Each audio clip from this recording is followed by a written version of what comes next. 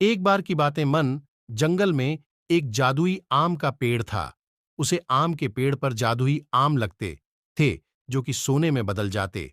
एक इच्छाधारी नागिन उसे पेड़ की रक्षा करती थी। एक दिन गांव का एक आदमी जंगल में भटक जाता है और उसे बहुत भूख लगी होती है। तभी उसकी नजर उसे जादुई आम के पेड़ पर पड़ती है। वह इंसान उसे जादुई आम के पेड़ के पास जाता है। जैसे ही वह उसे जादुई पेड़ से आम तोड़ता है, वह सोने में बदल जाता है। राजू यह देखकर बहुत खुश होता है और वही जल्दी जल्दी पेड़ से बहुत सारे आम तोड़ लेता है। वह सोने के आम को लेकर अपने घर जाता है और अपनी पत्नी को सारी बात बताता है। वह किस तरह एक जादुई आम का पेड़ मिला। फिर पत्नी बोलती है, अरे छोड़ो जी, आप तो गरीब की गरीब ही रहोगे। मुझे बताओ, मैं जाकर ले आऊंगी वहां से। राजू और उसकी पत्नी की यह बातें एक चुड़ैल सुन रही होती हैं। उसकी यह बातें सुनकर चुड़ैल बोलते हैं, अरे वाह, मैं जिस आम के पेड़ के बारे में सुना था वह इस राजू को पता है।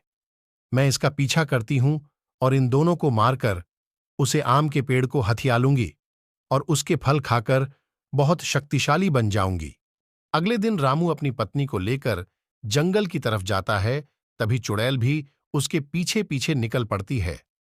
पेड़ के पास पहुंचकर राजू की पत्नी बोलती है, अरे सुनो जी, ये तो एक साधारण आम का पेड़ है।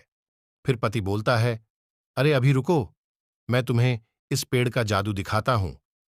तभी राजू एक आम तोड़ता है और वह आम सोने के आम में बदल जाता है।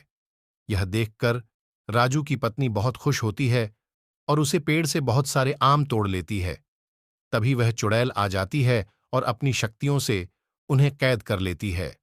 फिर चुड़ैल बोलती है, तुम्हारी सहायता से मैं इस आम के पेड़ को पा सकी, अब इसे खाकर बहुत शक्तिशाली हो जाऊंगी। ऐसा कहकर वह आम तोड़ने के लिए आगे बढ़ती है। तभी वहां इच्छाधारी नागिन आ जाती है। फिर नागिन रहती है, दुष्ट चुड़ैल छोड़ दे इस आम के पेड़ को, नहीं तो तेरी जीवन लीला यहीं समाप्त कर लूंगी। फिर चुड़ैल अपनी शक्तियों से इच्छाधारी नागिन को वहीं बेहोश कर देती है।